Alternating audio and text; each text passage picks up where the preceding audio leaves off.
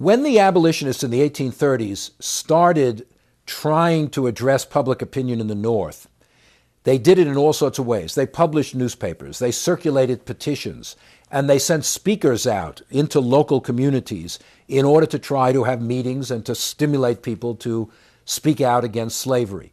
There was a lot of pro-slavery sentiment, not only in the South, but in the North. There were many, many Northerners who were economically connected with the slave South.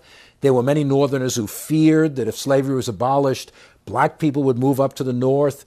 There were those who feared what they called miscegenation, that is, interracial marriage between black and white.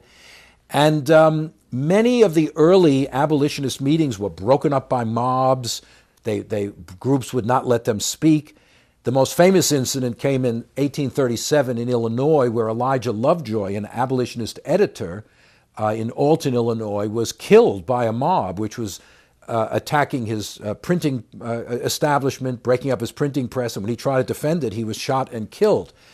Now, the breaking up of abolitionist meetings and the killing of Lovejoy alarmed many people in the North who were not abolitionists, because it seemed that freedom of speech, freedom of the press were under assault.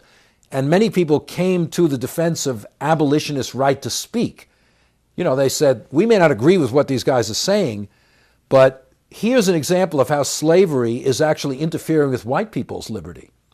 You know, slavery is hostile to basic liberties that we take for granted. So the very issue of civil liberties, which arises in conjunction with the abolitionist movement, actually eventually brings more Northerners into the anti-slavery realm, because they begin to think, to defend our own liberties, we got to restrict the power of slavery.